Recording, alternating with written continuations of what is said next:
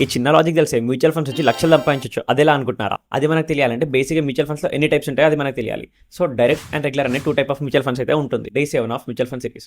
బేసిక్గా మ్యూచువల్ ఫండ్స్లో 2 type of mutual funds ఉంటాయి, డైరెక్ట్ అండ్ రెగ్యులర్. కానీ మోస్ట్ ఆఫ్ ద ఇన్వెస్టర్స్కి ఈ రెగ్యులర్ మ్యూచువల్ ఫండ్స్ గురించే తెలుసు, ఈ డైరెక్ట్ మ్యూచువల్ ఫండ్స్ గురించి అంతగా ఐడియా ఉండదు. ఎలా అంటే ప్రతి ఫండ్లో ఇప్పుడు లార్జ్ క్యాప్ ఫండ్ చూసుకున్నా కూడా అందులో డైరెక్ట్ అండ్ రెగ్యులర్ ఫండ్స్ ఉంటుంది, మిడ్ క్యాప్లో కూడా సేమ్ అలానే.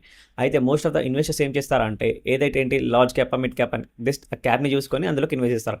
కానీ అక్కడే మనం పొరపాటు చేస్తాం. ఎలా అంటే ఈ రెగ్యులర్ ఫండ్స్లో ఇన్వెస్ట్ చేసామంటే దాని అర్థం ఏంటంటే ఇక్కడ బ్రోకరేజ్ లేదా మ్యూచువల్ ఫండ్ డిస్ట్రిబ్యూటర్కి కొంత పర్సెంటేజ్ అయితే ఎవ్రీ ఇయర్ మన ఇన్వెస్ట్మెంట్లో నుంచి అయితే వెళ్తుంది. సో అలా వెళ్ళడం వల్ల బై ద ఎండ్ ఎప్పుడైతే మన కార్పస్ మెచ్యూరేట్ అవుతుందో అప్పుడు మనం ఎక్స్పెక్ట్ చేసిన దానికన్నా కొంచెం తక్కువ రిటర్న్స్ అయితే వస్తాయి. సో అలా జరగద్దు అంటే మనం ఈ డైరెక్ట్ ఫండ్స్లో ఇన్వెస్ట్ చేయాలి. థింగ్ ఏంటంటే అసలు రెగ్యులర్ ఫండ్స్ ఎందుకు, ఇవి ఎవరికి యూజ్ అండి ఇప్పుడు మాట్లాడుకుందాం. రెగ్యులర్ ఫండ్స్ అనేది ఎవరైతే లంసమ్ కానీ లేదా ఎస్ఐపి మోర్ దెన్ 30,000 లేదా 50,000 చేస్తారో వాళ్ళకి ఈ రెగ్యులర్ ఫండ్స్ అనేది బెస్ట్. ఎందుకంటే వీళ్ళకంటూ ఒక డిస్ట్రిబ్యూటర్ ఉంటారు, వాళ్ళు ఏంటంటే వీళ్ళ మనీని ఎలా డైవర్సిఫై చేయాలి అండ్ ఏ ఫండ్స్లో ఇన్వెస్ట్ చేస్తే వీళ్ళకి రిటర్న్స్ మంచిగా వస్తాయని చెప్పి చెప్తారు.